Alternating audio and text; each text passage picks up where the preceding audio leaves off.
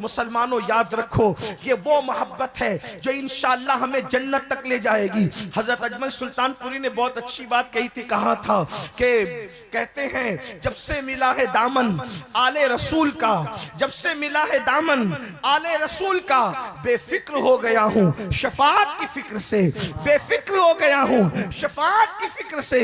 یاد رکھنا جو آل رسول کی محبت دلوں میں ہے, اہل البیت کی محبت دلوں میں ہے, یہ تمہیں جنت تک لے جائے گی انشاءاللہ. لیکن اللہ اکبر, اللہ کے رسول نے تو یہاں تک فرمایا احب اللہ من احب حسینا, جو میرے حسین سے محبت کرے گا وہ اللہ کا محبوب بن جائے گا, اللہ اس سے محبت کرے گا. اندازہ فرمائے ایک مقام پر یہاں تک فرمایا کہ جو میرے حسین سے محبت کرے گا میں اس کی بھی شفاعت کروں گا, اس کے ماں باپ کی بھی شفاعت کروں گا.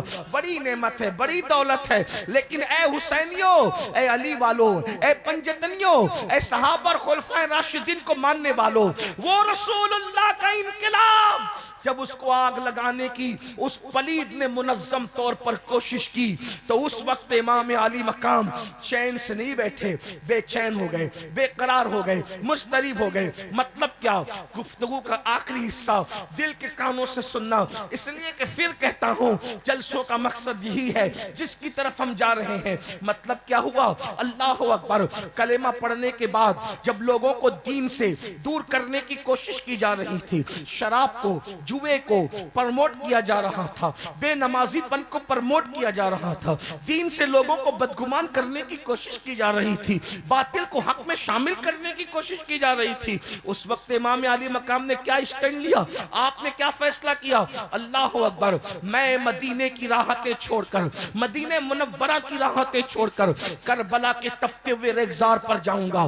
اے میری قوم کے جوانوں, حسینیت حلوے کا نام نہیں, حسینیت اللہ اکبر راحتوں کا نام نہیں, حسینیت عیش پسندی کا نام نہیں, حسینیت صرف نعرے بازیوں کا نام نہیں, حسینیت صرف رسم و رواج کا نام نہیں, حسینیت صرف اپنے بلکہ حسینیت اپنے نفس پہ عمل کا نام نہیں. حسینیت کیا ہے؟ حسینیت یہ ہے نکل کر خانقاہوں سے ادا کر رسم شبیری. حسینیت یہ ہے اگر دین پر وقت آیا ہو تو اپنا خون لٹا کر کے اللہ کا دین بچایا جائے. حسینیت نام اس کا ہے. ایک طرف شریعت بچانا ہو اور ایک طرف بیٹا بچانا ہو تو ہم شبیہ پیمبر جیسا بیٹا داؤ پہ لگا کر خدا کی شریعت بچا لی جائے. یہ حسینیت ہے. یاد رکھنا, بڑی معذرت کے ساتھ جملے تلخ لگے تو معاف کر دینا.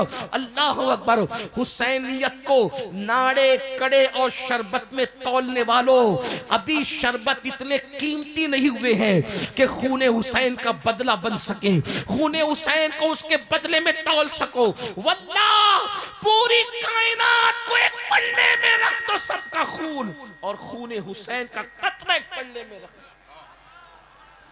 اس لیے کسی کا خون حسین کے برابر نہیں ہو سکتا, کیونکہ خون حسین میں خون مصطفیٰ موجود ہے.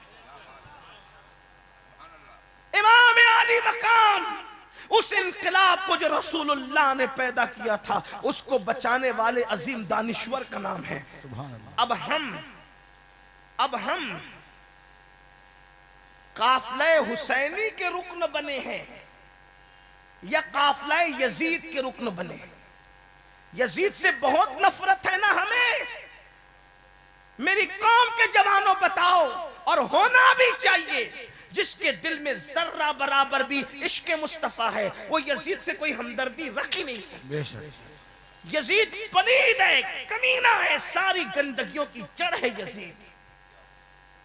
جب یزید کا نام آتا ہے تو ہمارے جذبات پھر قابو میں نہیں رہتے, مگر ہم پابند ہیں فکر رضا کی, ہم پابند ہیں اپنے علماء کے, ہم پابند ہیں اپنے فقہاء کے جو ہے وہ نظریات کے, احساسات کے.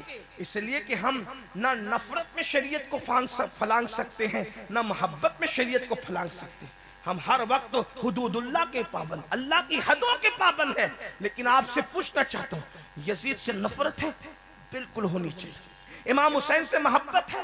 اس محبت کی دعوت تو رسول اللہ نے دی ہے. لیکن پوچھتا ہوں, دو سالار ہیں بظاہر, ایک حق کا سالار ایک باطل کا, دونوں قافلے دنیا میں چل رہے ہیں, آپ رکن کس کے ہیں؟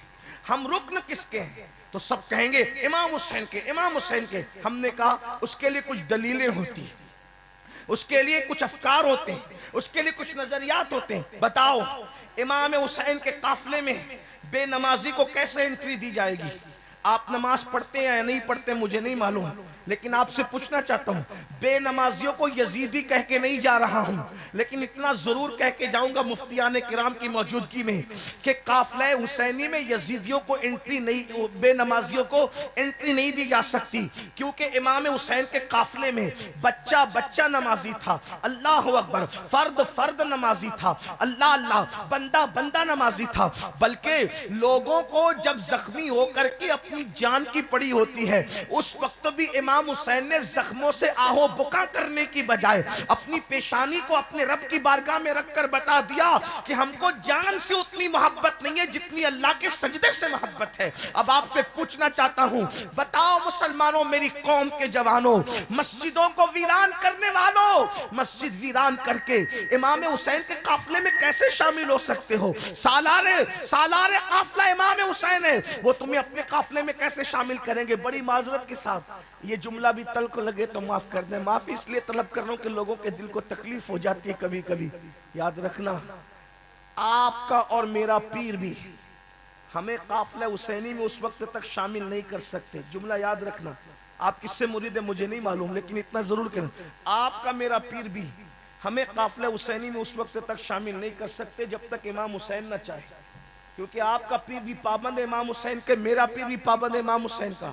اگر امام حسین نہ چاہیں تو آپ کا پیر، میرا استاد، آپ کا استاد، کوئی بھی ہمیں قافلہ حسینی میں شامل صرف امام حسین کی اجازت سے آپ ہو سکتے ہیں۔ اب آپ سے پوچھنا چاہتا ہوں، بتاؤ امام علی مقام کو تو نفرت بے نمازی سے تھی، پھر بتائیے جو لوگ جمعہ بھی نہیں پڑھتے اور پھر وہ سوچتے کہ ہم حسینیت میں ہیں اور ہم حسینی رہیں گے، یاد رکھیے گا، اگر کوئی بندہ آپ کے گاؤں میں آ کر کہے کہ میں ہندوستان کا پرائم منسٹر ہوں تو آپ کہیں گے پاگل ہو گیا، ہنسیں گے آپ، کیوں؟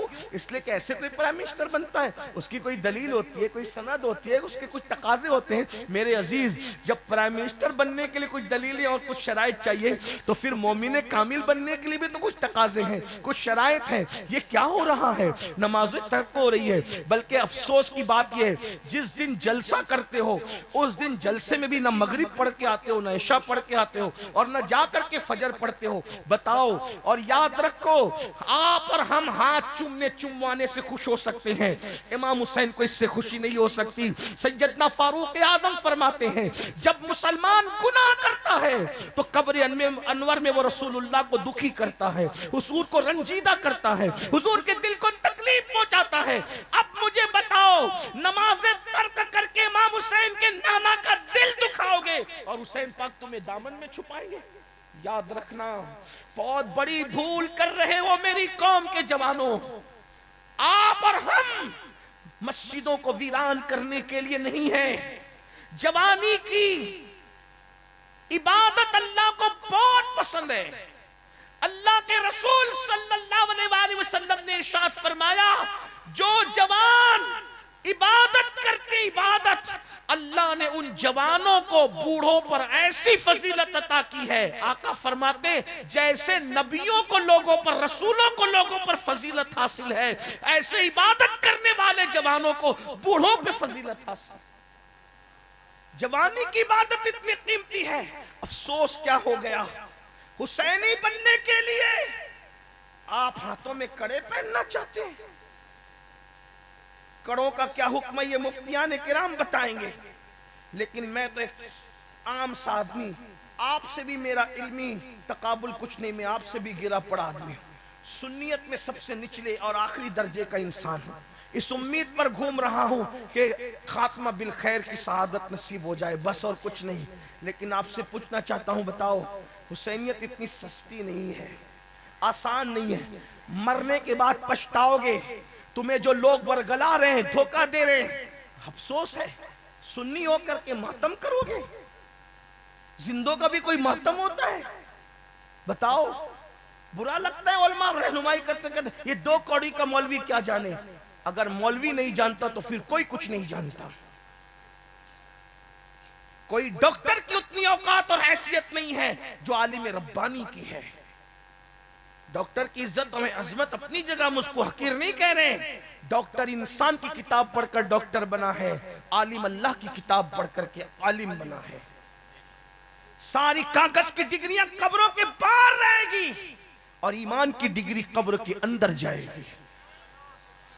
دنیا میں پہلی اور آخری مرتبہ آئے ہو میری قوم کے جوانوں، اپنی جوانی کو خدا کے لیے ضائع مت کرو. آپ جانتے ہیں جوانی میں گناہ سے بچنے کا انعام؟ اللہ کے رسول صلی اللہ علیہ وآلہ وسلم فرماتے ہیں جو جوان جوانی میں گناہ سے محفوظ رہتا ہے اللہ اس کو 70 صدیقوں کے برابر ثواب عطا فرماتا ہے. صدیق کا درجہ ولی سے بھی بڑا ہے، صدیق کا درجہ شہید سے بھی بڑا ہے. جو جوانی میں گناہ سے بچ جائے خدا اسے 70 صدیقوں کے برابر ثواب عطا فرماتا ہے. کیا سمجھ رہے ہو؟ لوگوں نے تمہیں اغوا کرنے کی کوشش کی، تمہاری فکر کو اغوا کرنے کی کوشش کی، کیونکہ لوگ جانتے ہیں جس قوم کا جوان بگڑ جائے اس قوم کو پھر کبھی عروج نصیب نہیں ہو سکتا، وہ قوم کبھی ترقی نہیں پا سکتی. اگر تمہیں قوم کا درد ہے، امت کا درد ہے، کبھی سوچو نا میرے بھائیوں، ذرا غور تو کرو. تم تاش کے پتے کھیلو گے، تم جوا کھیلو گے، تو بتاؤ اس امت کو ترقی کے راستے پہ کون لے کر کے جائے گا؟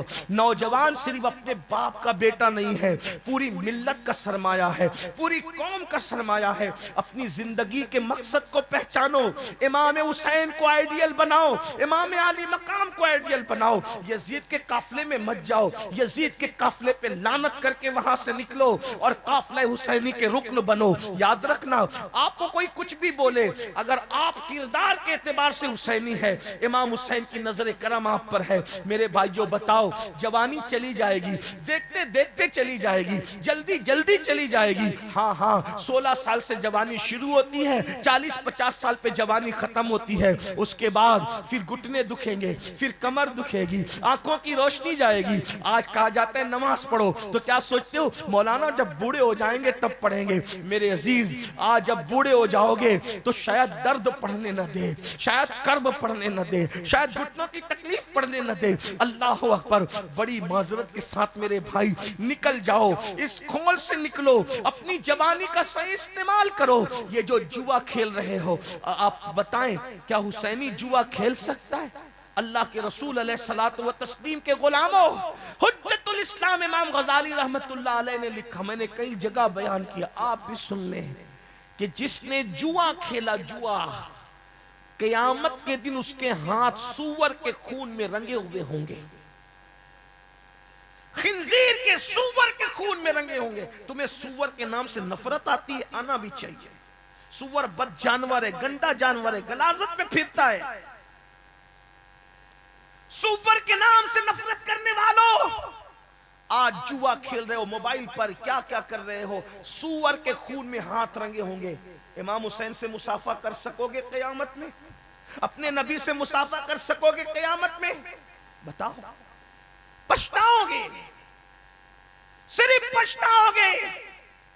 یہ جو آپ میٹھی نیند سو رہے ہو نا کہ ہم جنت میں جائیں گے اور ہم جنت میں جائیں گے، اللہ کرے تم سب جاؤ، تمہارے صدقے ہم بھی جائیں. لیکن جو قیامت کے دن جس کے ہاتھ جوئے کی وجہ سے سور کے خون میں رنگے ہو، جنت میں کیسے جاؤ گے؟ کوئی دیکھے نہ دیکھے، اللہ ارشاد فرماتا ہے ان اللہ کان علیکم رقیبا، اللہ تم پر کڑی نگرانی کر رہا ہے. ہم حسینی ہو کے نشہ کیسے کر سکتے ہیں؟ نشے کو پرموٹ کیا جائے. دیکھو دنیا اچھی طرح جانتی ہے کہ مسلم جوانوں کے پاس سب سے زیادہ ٹیلنٹ ہے. جب مسلمان پڑھتا ہے کوئی اس سے آگے نہیں بڑھ سکتا، مسلمان تجارت کرے کوئی اس سے آگے نہیں بڑھ سکتا، مسلمان سیاست کرے کوئی اس سے آگے نہیں بڑھ سکتا. آپ سے پوچھتا ہوں، آپ نے اتنا بڑا جلسہ کیا، میں آپ سب کمیٹی والوں کو سلام کرتا ہوں. آپ بتاؤ آپ کے گاؤں میں مکتب کتنے چلتے ہیں جس میں بچوں کو قرآن پڑھایا جائے؟ کوئی جواب دے سکتے ہیں؟ جہاں جہاں سے آئے مجھے بتاؤ کتنے مکتب چلاتے ہیں آپ لوگ؟ علماء کرام میں سے میں رہنمائی چاہتا ہوں، اس گاؤں میں کتنے مکتب چلتے قرآن پڑھانے کے لیے؟ سامعین حضرات، یہ پروگرام آپ سنی جنکشن کی جانب سے سماعت کر رہے ہیں. کیا مطلب ہے؟ کیا مطلب ہے؟ مطلب کیا ہے؟ آپ مجھے بتاؤ. اگر تمہارے گاؤں کے اندر کوئی مکتب نہیں چلتا تو تمہارے مرنے کے بعد تمہارا بیٹا جنازہ پڑھ سکے گا تمہارا؟ کیا کر رہے ہو؟ لاکھوں روپے خرچ کرتے ہو جلسے پہ. میں منع نہیں کر رہا ہوں جلسہ کرنے کا، لیکن جتنا جلسے پہ کرتے ہو اس کا آدھا مکتب پہ کرو گے نا تو تمہارے بچے صحیح قرآن پڑھ لیں گے. اپنے بچوں پہ ظلم کر رہے ہو. اللہ کو جواب کیا دو گے؟ بزرگوں نے فرمایا جس نے دنیا میں قرآن پڑھنا نہیں سیکھا مرنے کے بعد وہ اندھا اٹھایا جائے گا قیامت میں. کب تک شو بازی میں ڈوبے رہو گے؟ اگر اپنے بچوں کو قرآن نہیں پڑھایا یہ جلسے آپ کو بخشوا نہیں سکیں گے. شاید کوئی مقرر یہ بات نہ کہہ سکے اس لیے کہ جنہوں نے پیشہ بنایا ہے تقریر کو وہ یہ کہنے کی ہمت کرے نہ کرے، ورنہ ہم تو لعنت کرتے اس فکر پر کہ رسول اللہ کے نام کو بیچا جائے. آئندہ رمضان شریف آنے کے بعد آپ کی ذمہ داری ہے پہلے مکتب قائم کریں، ورنہ تمہارے یہاں تمہیں مرنے کے بعد کوئی غسل نہیں دینے والا ہوگا صحیح، آخری غسل بھی صحیح نصیب نہیں ہوگا. پہلا غسل تو پتہ نہیں دائی نے کیسا دیا خدا جانے، کم سے کم اللہ کے حضور تو اچھا غسل کر کے جانے کے قابل بنو. میں کوسنے نہیں آیا، یہ میرے دل کا درد ہے جو آنے والوں سے میں کہہ رہا ہوں. آج سب جنازہ پڑھیں گے، آپ کے جنازے میں کوئی جنازے کی دعا یاد نہیں ہوگی آپ کے بچوں کو، آپ کے پوتوں کو، وہ پاک نہیں ہوں گے. سوچو مرنے کے بعد کتنا پچھتاؤ گے، تڑپو گے، لیکن موقع جا چکا ہوگا، ہاتھ سے موقع جا چکا ہوگا. علم کی طرف پیش قدمی کرو، جلسوں پہ جلسہ کرو، لاکھوں خرچ مت کرو، جلسوں کا خرچ کم کرو، تعلیم پہ خرچ کرو. مدرسہ بناؤ اور نئی دارالعلوم بنا، مکتب بناؤ بھئی اچھا قرآن. اور ایک بات بتاتا ہوں، مکتب بنا کر کسی ناظرہ خاں کو مت رکھ دینا جو خود ہی قرآن صحیح نہیں پڑھنا جانتا، خالہ اماں کو مت رکھ دینا، کسی جو ہے وہ گاؤں میں جو کوئی کام کے قابل نہیں اس کو مت رکھ دینا. کیوں؟ اس لیے کہ جب بچوں کو کوچنگ پڑھانا ہوتا ہے، ٹیوشن میں بھیجنا ہوتا ہے تو بولتے ہیں سب سے اچھا کوچ کہاں ملے گا، سب سے اچھا ٹیوشن پڑھانے والا کہاں ملے گا. انسان کی کتاب پڑھانے کے لیے ہزاروں روپے خرچ کرتے ہو، اللہ کی کتاب پڑھانے کے لیے 500,000 پہ کام چلا دو گے؟ نہیں. بہترین قاری قرآن رکھو جو مخرج کے ساتھ قرآن پڑھنا جانتا ہو، پڑھانا جانتا ہو، تاکہ آپ کا بچہ قرآن صحیح پڑھ سکے.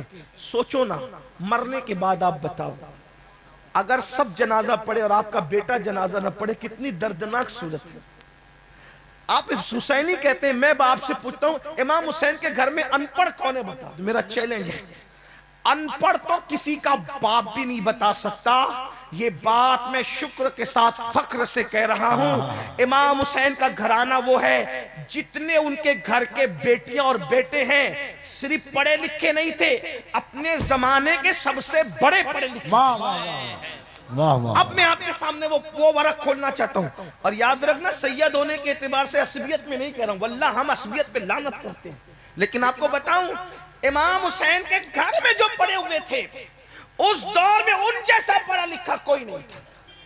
آئیے دیکھ لیجئے، اللہ اکبر، یہ امام زین العابدین ہے.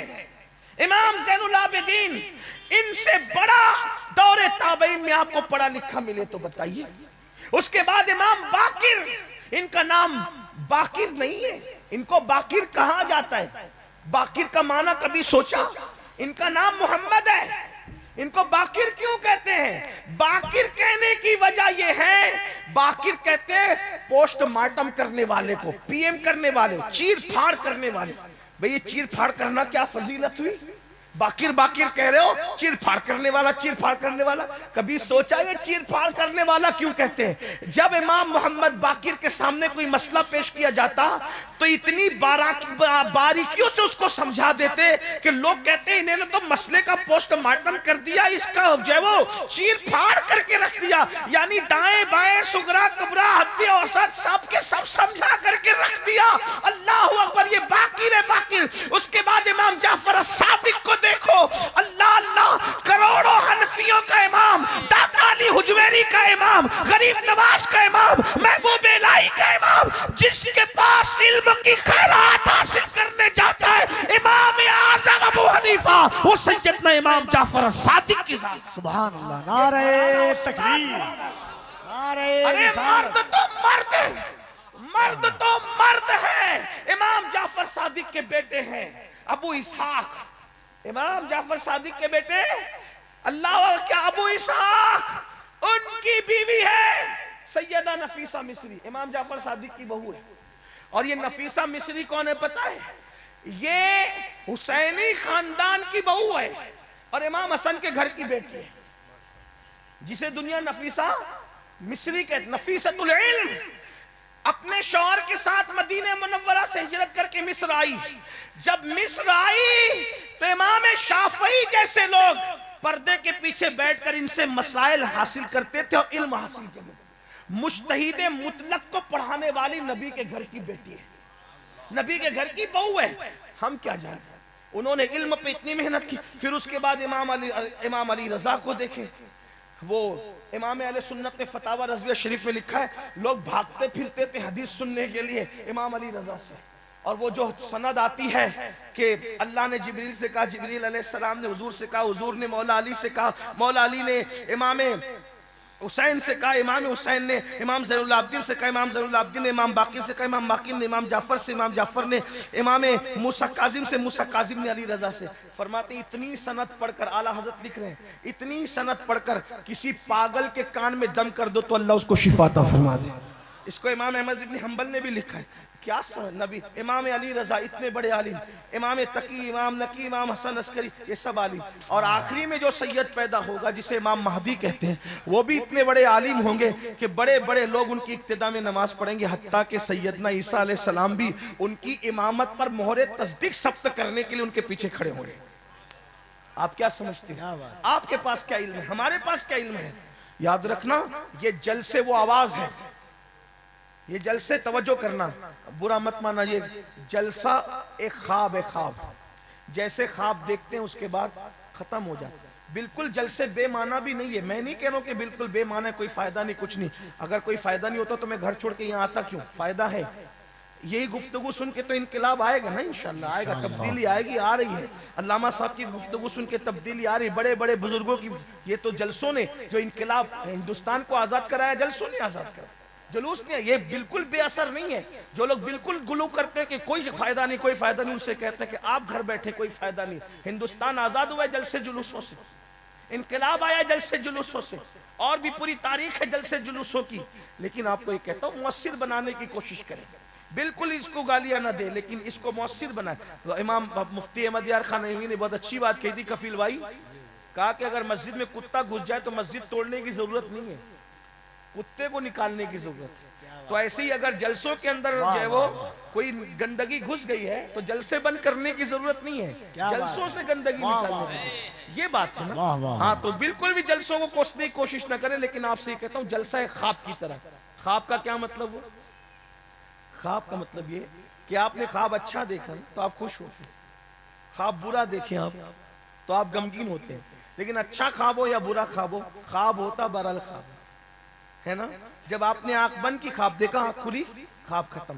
لیکن اب اگر خواب سچا ہے تو اس کی تعبیر بھی اچھی ہوتی ہے، تو ایسے ہی جلسہ اگر اچھا کرو گے نا تو اس کا نتیجہ بھی اچھا نکلے گا، لیکن یہ بہت دیر تک اس کا اثر نہیں رہتا۔ اگر اس کے پیچھے عمل کا جذبہ کار فرما نہ ہو تو یہ الفاظ ہوا میں تحلیل ہو کر کے ختم ہو جائیں گے، بہت دیر تک اس کے اثرات نہیں رہیں گے۔ تو میں اپنے جوانوں سے کہنا چاہتا ہوں، اگر قافلہ حسینی میں شمولیت چاہتے ہو، توبہ کرو گناہ سے، نمازی بنو، نشے سے توبہ کرو، اس لیے کہ نشے کرنے والوں کے لیے اللہ کے رسول علیہ الصلوۃ والتسلیم نے یہاں تک ارشاد فرمایا کہ وہ قیامت کے دن سور اور بندر کی شکل میں اٹھیں گے، سور اور بندر۔ توبہ کرو، بدلو، زندگی میں انقلاب پیدا کرو، عورتوں پر بد نظری نہ کرو، زنا کی طرف نہ جاؤ، اللہ اکبر. حدیث پاک میں آتا ہے کہ جس نے دنیا میں ایک بار بھی زنا کیا اور سچی توبہ کیے بغیر مر گیا, اللہ پاک نے حضرت موسیٰ سے کہا اے موسیٰ جو زنا کر کے مرے گا میں اس کو آگ کا, جہنم کی آگ کا بنا ہوا لباس پہناؤں گا, اور وہ لباس جہنم کی آگ کا اتنا وزنی ہوگا, اتنا وزنی ہوگا, اگر وہ کسی پہاڑ پہ رکھا جائے تو پہاڑ بھی ریزہ ریزہ ہو جائے. تھوڑا غور کیجئے, سوچئے, زانی کو اللہ جہنم کا وہ لباس پہنائے گا کہ پہاڑ بھی اس کے وزن کی وجہ سے ریزہ ریزہ ہو جائے گا. جہاں پہاڑ ریزہ ریزہ ہو جائے, ہمارا یہ نازک سا وجود جو سردی برداشت نہیں کر سکتا, یہ نازک سا وجود جو گرمی برداشت نہیں کر سکتا, اپنے آپ پہ رحم کر لو. بہت دن تک کے رنگریلیاں منانے کا موقع نہیں ملے گا, ایک دن روح کا رشتہ جسم سے ٹوٹ جائے گا. ہر مجرم کو میرا اللہ اس کے کیے کی سزا عطا کرتا ہے. اس کا ارشاد ہے ان بطش ربک لشدید, تیرے رب کی پکڑ بڑی سخت ہے. دیکھو یزید نے کتنا ننگا ناچ کیا, یزید نے کتنا ننگا ناچ کیا.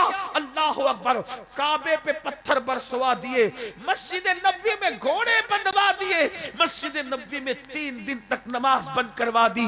اپنی حکمرانی سے وہ دہشت گردی کی, لیکن جب یزید مرا تو کتنی عبرت کی موت مرا.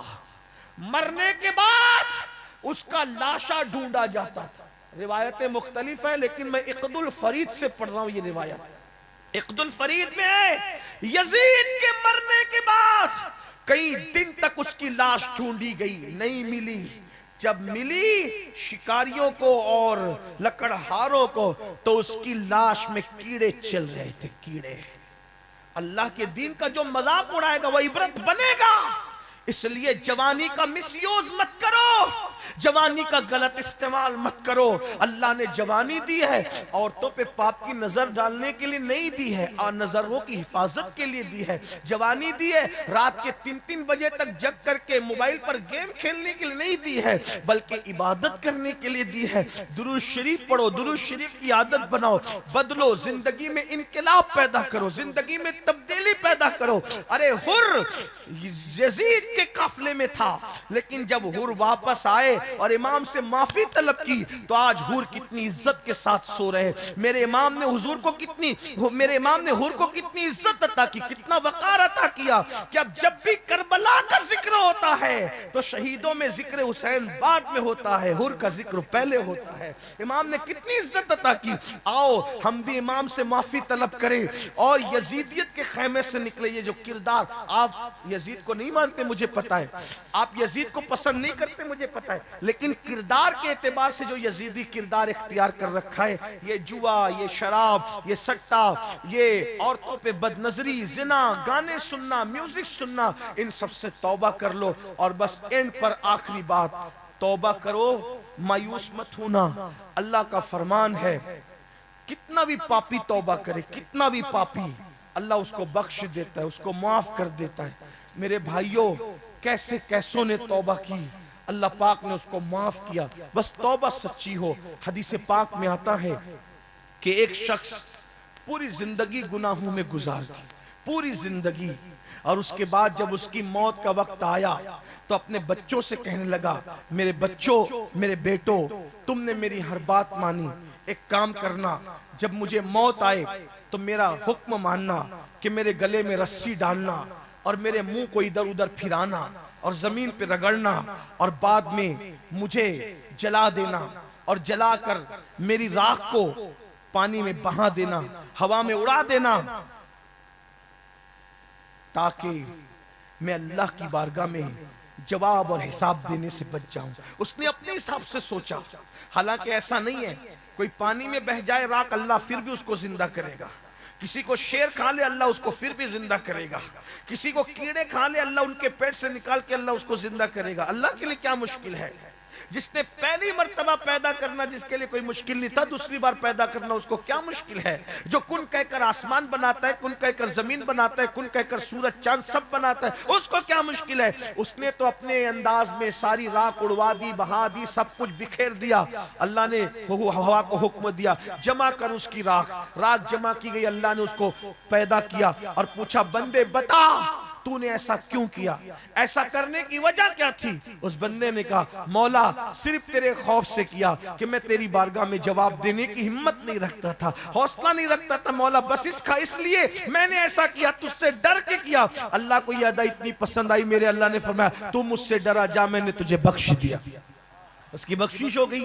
میرے بھائیوں توبہ کرو، توبہ کے دروازے کھلے ہوئے، جلسے اس لیے نہیں بھیڑ جمع کریں، شور شرابہ کریں، گھر چلے جائیں، جلسے اس لیے بدلیں، زندگی بدلیں۔ میرے بھائیوں ہمیں نہیں پتا آپ کو موت کب آئے گی، ہمیں کب آئے گی نہیں پتا۔ اللہ آپ کو بہت لمبی عمر دے، ہماری دعائیں، اللہ آپ کی نسلوں کو لمبی عمر دے، ہماری نسلوں کو ہماری دعائیں۔ لیکن آپ سے کہتا ہوں کل کی بات کرتے ہو، پل کی خبر نہیں، پتہ نہیں بیٹھے بیٹھے انتقال ہو گیا، بولتے بولتے انتقال ہو گیا، چلتے چلتے انتقال ہو گیا، پچھتاؤ گے۔ حدیث پاک میں آتا ہے میرے بھائیوں، حدیث پاک میں آتا ہے، اللہ کے رسول علیہ السلام فرماتے ہیں جب بندہ مر جاتا ہے، انتقال کرتا ہے، لوگ روتے ہیں تو رونے والوں کو وہ بندہ سامعین حضرات، یہ پروگرام آپ سنی جنکشن کی جانب سے سماعت کر رہے ہیں۔ اللہ اکبر، جس کی کوئی مثال نظر نہیں آتی۔ اللہ اللہ کیسا وہ انقلابی ہے اور اس کا انقلاب کیسا ہے۔ اللہ اکبر، جب وہ انقلابی تشریف نہ لایا تھا تو لوگ ماؤں کی گود میں شراب پیتے تھے۔ جب وہ انقلابی زمین پر نہ آیا تھا لوگ کمزوروں پہ ظلم کرتے تھے۔ جب وہ انقلابی دنیا میں نہ آیا تھا اللہ اکبر لوگ بیٹیوں کو زندہ دفن کر دیتے تھے۔ جب وہ انقلابی دنیا میں نہ آیا تھا لوگ جانوروں کے ساتھ زنا کرتے تھے۔ جب وہ انقلابی دنیا میں نہ آیا تھا لوگ عورتوں کو جوئے میں ہار دیتے تھے۔ جب وہ انقلابی دنیا میں نہ آیا تھا اللہ اکبر لوگ ننگے ہو کر کعبے کا طواف کرتے تھے۔ اور مشیت کو اللہ اکبر انسانیت پر رحم آیا اور اللہ نے ایک ایسا انقلابی دنیا میں جلوگر فرمایا کہ جب وہ انقلابی آیا اللہ اکبر آمنہ کی گود میں عبداللہ کا لخت جگر بن کر ربیع الاول کی 12 تاریخ کو جس کو دنیا محمد رسول اللہ کے نام سے جانتی ہے اللہ اکبر وہ تشریف لائے اور 23 سال کی قلیل مدت میں ننگے ہو کے کعبے کا طواف کرنے والی قوم کو اتنی حیا عطا فرمائی کہ اللہ اکبر ان کی حیا کو دیکھ کر کے کماری لڑکیوں نے حیا کا تصور حاصل کیا۔ نمک اور کافور میں فرق نہ کرنے والی قوم کو خدا کی پہچان عطا کی۔ اللہ اکبر خدا کی معرفت عطا کی۔ شراب پینے والوں کو محبت الہی کا شربت کا جام عطا فرما دیا۔ اللہ اکبر دنیا پکارنے پہ مجبور ہو گئی، جو نہ تھے خود راہ پر اوروں کے ہادی بن گئے۔ کیا نظر تھی جس نے مردوں کو مسیحا کر دیا۔ اندازہ فرمائے مردوں کو زندہ کرنا یہ حضرت عیسیٰ کا معجزہ ہے، مردوں کو مسیحا بنا دینا یہ محمد الرسول اللہ کا معجزہ۔ نعرہ تکبیر، نعرہ رسالت، عظمت مصطفیٰ۔ اس لیے کہ مردہ زندہ ہو کر پھر کسی مردے کو زندہ نہیں کر سکتا، لیکن جب کوئی مردے کو مسیحا بنا دے تو پھر وہ بھی لوگوں کو زندہ کرنے لگتا ہے۔ یہ مصطفیٰ جان رحمت کا معجزہ ہے۔ کیا نظر تھی جس نے مردوں کو مسیحا کر دیا۔ اسی لیے تو اقبال کہتے ہیں نگاہ عشق و مستی میں وہی اول وہی آخر۔ میں تیر تمہیدی گفتگو آپ کو یاد رکھنی ہوگی۔ نگاہ عشق و مستی میں وہی اول وہی آخر، وہی قرآن وہی فرقان وہی یاسین وہی طہا۔ اللہ اکبر یہ اللہ کے رسول کا انقلاب تھا۔ کیا ہوا؟ ناپ تول میں کمی ختم ختم ہو گئی. اللہ اکبر. اونٹنی پر آقا اپنے غلام کو سوار کروا رہا ہے. یہ انقلاب ہے حضور کا. اللہ اکبر.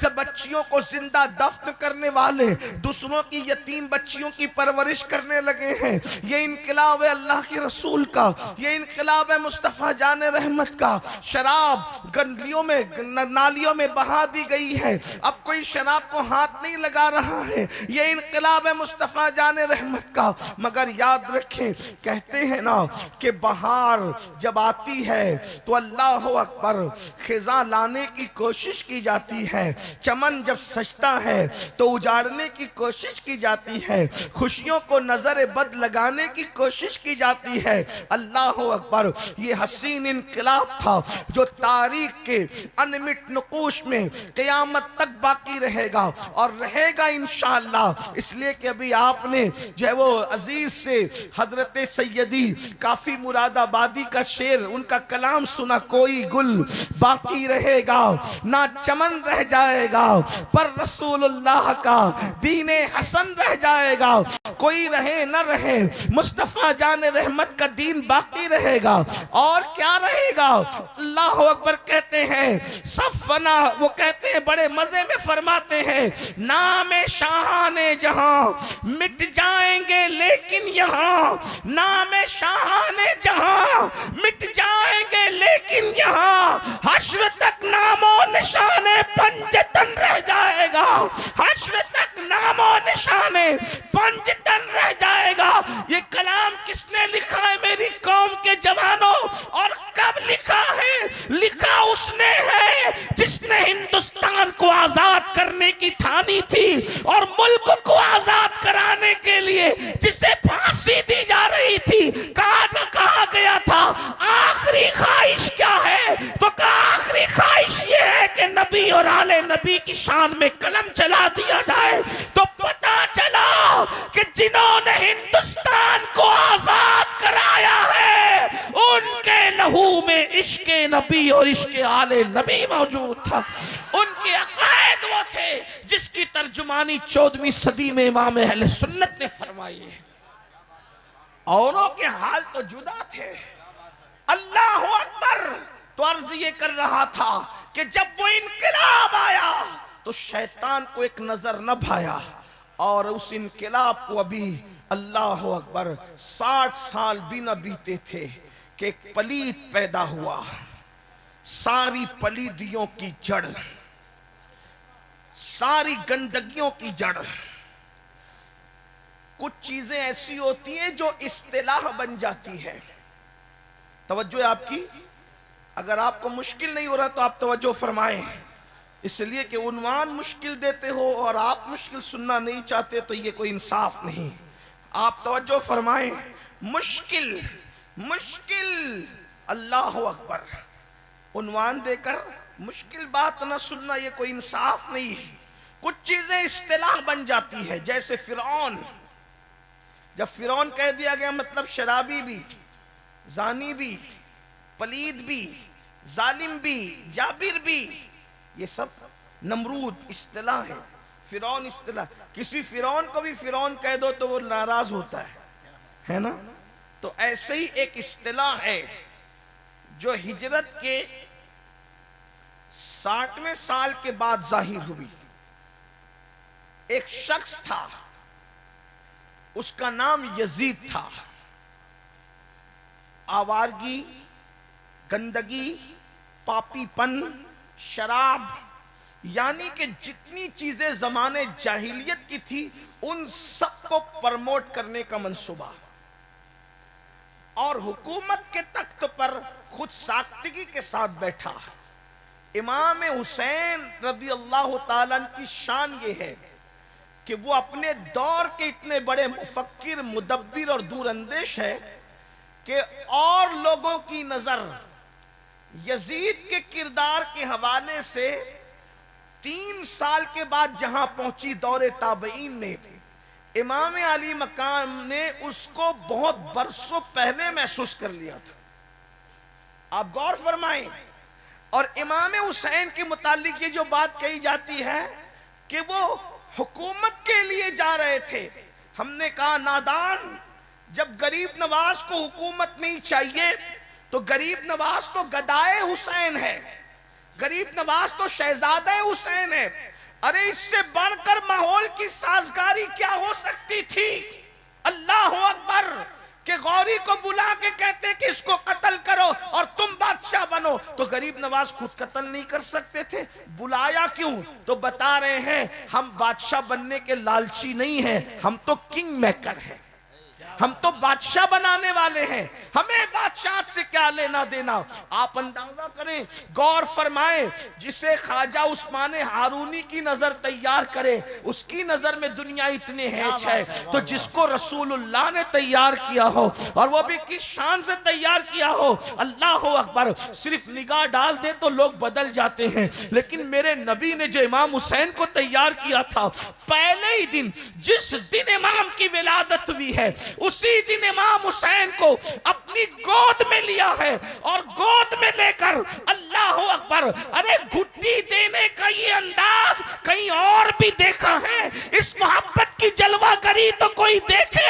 اللہ اکبر! گھٹی دینے والا جب گھٹی دیتا ہے، گھٹی کا مطلب بچے کو جو پہلی غذا دی جاتی ہے، کوئی کھجور چبا کے دیتا ہے، کوئی شہد لگا کر دیتا ہے، اللہ اکبر! لیکن دیتے کس طرح ہے؟ انگلی میں شہد لیا، لے کر کے منہ میں ڈال دیا، اللہ اکبر! کھجور چبایا، چبا کر منہ میں ڈال دیا، لیکن زمین کے اوپر یہ گھٹی کیسی دی جا رہی ہے اور کس شان سے دی جا رہی ہے؟ اللہ اکبر! اللہ کے رسول نے مخدومہ کائنات، سیدہ کائنات کے شہزادے کو، امام حسین کو اپنی گود میں لیا اور اپنی زبان کو امام حسین کی منہ میں داخل کر دیا۔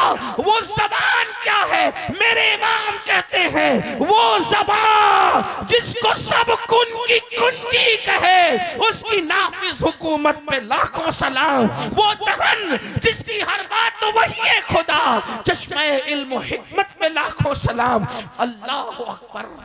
وہ زبان رسالت رسول اللہ نے امام حسین کے منہ میں دی، اور حسین پاک نانا کی زبان منہ میں لے کر ایسے چوسنے لگے جیسے کوئی بچہ ماں کا دودھ پیتا ہے۔ ماں کے دودھ سے پہلے جسے رسول اللہ کی زبان چوسنے کا شرف نصیب ہوا ہو۔ آخر لوگ دیکھ رہے ہیں حضور منہ میں زبان دے کر گھٹی دے رہے ہیں، لیکن آپ کو بتاؤں کیا ہو رہا ہے؟ حضور زبان سے اپنے سینے کے راز کو، علوم کو، معرفت کو امام حسین کے سینے میں منتقل فرمائے۔ اندازہ فرمائے کیوں؟ کیونکہ کام بڑا لینا تھا تو ذات بھی بڑی بنانی تھی، کام بڑا لینا تھا ذات بھی بڑی بنانی تھی۔ انقلاب حضور نے پیدا کیا تھا، حضور کی نگاہ نبوت دیکھ رہی تھی اس انقلاب کو ڈیمیج کرنے کی کوشش کی جائے گی، تو وہ یزید پلید اپنے دور کا کمینہ انسان جب رسول اللہ کے دین پہ شبخو مارے گا تو اس کے پیدا ہونے سے پہلے اللہ نے اس ذات کو پیدا کیا۔ مطلب کیا؟ اندھیرے کی پیدائش سے پہلے اجالا پیدا ہو رہا ہے، گندگی کی پیدائش سے پہلے پاکیزگی پیدا ہو رہی ہے، اندازہ فرمائے بدبو کے پیدا ہونے سے پہلے خوشبو پیدا کی جا رہی ہے، باطل کے پیدا ہونے سے پہلے حق کا انتظام کیا جا رہا ہے۔ اللہ اکبر! اور پھر امام کو جس مقصد کے لیے تیار کیا گیا تھا اور کس شان سے تیار کیا گیا تھا، دیکھیں انقلاب پیدا کرنے والا بے مثال، اب اس انقلاب کو بچانے والا بھی تو کوئی بے مثال چاہیے۔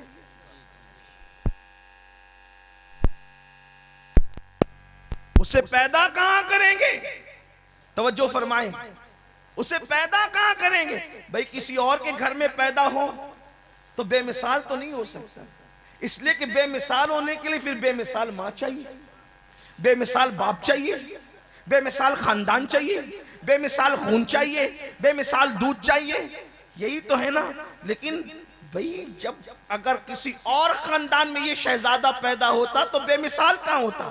کیونکہ نبی کی امی کی طرح کسی کی امی نہیں، تو انقلابی بے مثال ہے۔ نبی انقلاب، نبی یہ انقلاب کی امی آمنہ ہے، اب آمنہ کی طرح کوئی نہیں، تو انقلاب بچانے والے کی امی بھی آمینہ کی طرح ہونا چاہیے، اور اگر آمینہ کی طرح ہوتی تو کوئی کہتا کہ رسول اللہ کی امی کی طرح تو فلاں کی امی ہے، معاذ اللہ کوئی بدبخت یہ کہتا، لیکن آمینہ جیسی کوئی خاتون نہیں ہو سکتی۔ آپ کیا سمجھے سیدہ آمینہ کو؟ سردی ہے اور اس کا احساس ہے رات چلی گئی ہے، اس لیے میں زیادہ طویل گفتگو کرنا نہیں چاہ رہا ہوں، لیکن ایک بات آپ کو بتانا چاہتا ہوں۔ آپ کیا سمجھے سیدہ آمینہ کو؟ سیدہ آمینہ خاتون کو آپ سمجھے کیا؟ صوفیہ کہتے ہیں کہ جب دعاؤں کی قبولیت میں تاخیر ہو تو رسول اللہ کی امی کا وسیلہ دے کر کے دعا کرو، رسول اللہ کے بابا کا وسیلہ دے کے دعا کرو اور تمہاری دعا فوراً قبول ہوگی۔ اس لیے کہ بتاؤ، جب غوث اعظم کو پیدا کرنے کے لیے اتنے اچھے ماں باپ کا انتخاب کیا جاتا ہے تو رسول اعظم کو پیدا کرنے کے لیے باپ کیسا ہوگا اور ماں کتنی عظیم ہوگی؟ نعرہ تکبیر، نعرہ رسالت، عظمت۔ باپ ہونے کے اعتبار سے حضرت عبداللہ جیسا کوئی باپ نہیں، اور ماں ہونے کے اعتبار سے سیدہ آمینہ جیسی کوئی ماں نہیں ہے۔ سمجھا کیا ہے حضرت آمینہ؟ اتنا سمجھو، اگر سائنس پڑھے ہوئے نوجوان لڑکے یا بچیاں یہاں موجود ہیں تو ان کو بتاتا ہوں کہ سائنسداں کہتے ہیں، اور یہ ان کی تحقیق ہے، کہ جب اللہ تعالیٰ سیپ کے اندر، صدف کے اندر موتی پیدا کرنا چاہتا ہے تو کیا ہوتا ہے پتہ ہے؟ سیپ کا منہ، سیپ جو ہوتی ہے صدف جس کو کہتے ہیں، منہ بند رہتا ہے اس کا، اور وہ سمندر کے اندر ہوتی ہے، لیکن سمندر میں ہو کر بھی سمندر کا پانی اس کے اندر داخل نہیں ہو سکتا۔ کیوں؟ اس لیے نہیں ہو سکتا کہ اگر داخل ہو گیا تو موتی کیسے بنے گا؟ تو قدرت یہ کرتی ہے کہ جب اس صدف میں موتی پیدا کرنا ہو تو پھر اس کو سمندر کی تہہ پر لایا جاتا ہے، پھر اس میں پانی کا قطرہ گرایا جاتا ہے، وہ سمندر کا نہیں ہوتا، وہ آسمان سے گرتا ہے، پھر سیپ اپنا منہ بند کر لیتی ہے، منہ بند کر پھر اندر چلی جاتی ہے، اور پھر اسی سے موتی پیدا ہوتا ہے۔ آپ غور کریں، کروڑوں اربوں خربوں من ٹن پانی اس صدف میں جا نہیں سکتا کیونکہ اس کے اندر موتی پیدا کرنا ہو۔ آپ اندازہ فرمائیں، جس صدف کے پیٹ سے موتی پیدا کرنا ہو، اللہ پاک سمندر میں رکھ کر بھی اس کو پانی سے اس شان سے حفاظت عطا فرماتا ہے۔ غور کریں، جس صدف کے پیٹ سے موتی پیدا کرنا ہو، مشیت اس کی اتنی حفاظت کرتی ہے، اور جس شکم سے اپنا محبوب پیدا کرنا ہو، قدرت نے اس کی حفاظت کیسے کی ہوگی؟ واہ واہ، کیا طہارت ہوگی، کیا پاکیزگی ہوگی، کیا کردار ہوگا کہ نبی کی امی جان ہے، نبی کے بابا جان ہے، اور زمانے میں ماں ہونے کے اعتبار سے کوئی آمینہ کی طرح ہو نہیں سکتا۔ تو انقلاب کو بچانے کے لیے جو پیدا ہوگا اس کی ماں آمینہ کی طرح ہونی چاہیے، اور وہ ہو نہیں سکتی، مگر ہو گئی، اس لیے کہ آمینہ کے بیٹے سے پیدا ہوئی، حضرت آمینہ کے بیٹے سے پیدا ہوئی، اور وہ کون تھی؟ وہ تھی سیدہ فاطمۃ الزہرا، اور حضور نے ان کا لقب دیا تھا ام ابیہا، تو میری ماں جیسی ہے، تو میری ماں جیسی ہے، کیونکہ رسول اللہ کی امی کو لوگوں نے نہیں دیکھا، اور رسول اللہ کی امی ہونے کے تھے زیادہ دن تک کی حیات ہی نہ رہی، اس لیے ان کا تقوی، ان کی پرہیزگاری، ان کی زندگی کسی کو معلوم ہی نہیں ہے۔ جب معلوم ہی نہیں تو حضور نے کیا فرمایا؟ فاطمہ ام ابیہا، یہ اپنے باپ کی ماں کی طرح ہے، یعنی اگر کردار آمینہ دیکھنا ہے تو فاطمہ کو دیکھ لو، اور فاطمہ کو دیکھنا ہے تو آمینہ کو دیکھ لو۔ ہائے ہائے، واہ واہ واہ، یہ کردار ہے، یہ شان ہے۔ تو اللہ پاک نے ایسی ہستی کو پیدا کرنے کے لیے ایسی ماں، اور بابا مولا علی جیسا، اور نانا رسول اللہ جیسا، اور نانی خدیجۃ الکبریٰ جیسی، اور پھر اس انقلابی کو حضور نے تیار کیا، اپنی زبان چسا کر، اپنے کندھوں پہ بٹھا کر، اپنے اخلاق سے مزین کر کے، اپنے کردار سے مزین کر کے، اور پھر امام علی مقام اس انقلاب کے تحفظ کے لیے تیار کیے گئے۔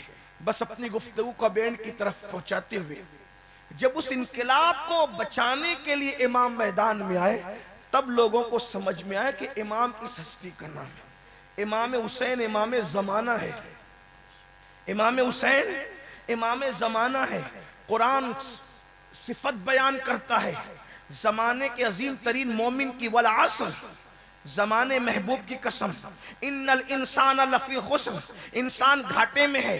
کیا سب گھاٹے میں ہے؟ نہیں، تفریق کر دی، الا الذین آمنوا، جو ایمان لائے، وعملوا الصالحات، اور نیک عمل کیے، وتواصوا بالحق، اور وہ حق پر قائم رہے، وتواصوا بالصبر، اور صبر کی وصیت کرتے رہے کہ دنیا تم کو دھوکہ نہ دے، میں غافل رہا، تم غافل مت رہو، میں نے اپنے آپ کو برباد کیا، تم اپنے آپ کو برباد مت کرو۔ اس لیے زندگی کا مقصد بناؤ، اپنی زندگی کو با مقصد بناؤ۔ اللہ پاک کی بارگاہ میں دعا ہے، اللہ پاک سب سے پہلے مجھے آپ سب کو عمل کی توفیق عطا فرمائے، اور امام علی مقام اہل البیت کی سچی محبت، اصحاب کی تعظیم اور احترام کے ساتھ عطا فرمائے۔ اللہ تعالی ہم سب کا حامی و ناصر ہو۔ استغفر اللہ ربی ان ربی لغفور الرحیم وما علینا الا البلاغ۔ آپ جائیں گے نہیں اس لیے کہ شاید مجھے پتا چلا ہے کہ کچھ نعت خواں حضرات باقی ہے، وہ بھی مہمان ہیں، تو وہ ان کو پڑھ لینے دیں۔ دیکھیے مہمان سب ہوتے ہیں، کسی کا دل نہیں ٹوٹنا چاہیے، اور یہ جو نعت خواں لوگ ہوتے ہیں نا، یہ معمولی لوگ نہیں ہوتے۔ اگر کوئی نعت خلوص سے پڑھے تو حضور خلوص سے نعت پڑھنے والوں کو اپنا دیدار کراتے، اور حضور جب نعت پڑھی جاتی تھی تو خود اللہ کے رسول جب وہ صحابہ کے ساتھ فرش پہ بیٹھتے تھے اور حسان بن ثابت کو منبر پہ کھڑا کرتے تھے۔ اس لیے نعت خانوں کا احترام کیا کریں۔ السلام علیکم رحمۃ اللہ وبرکاتہ۔ آئیے ایک کلام حسن رضا نوشاہی، انشاءاللہ اس کے بعد پھر آپ دیکھیں ملاحظہ کریں گے، اور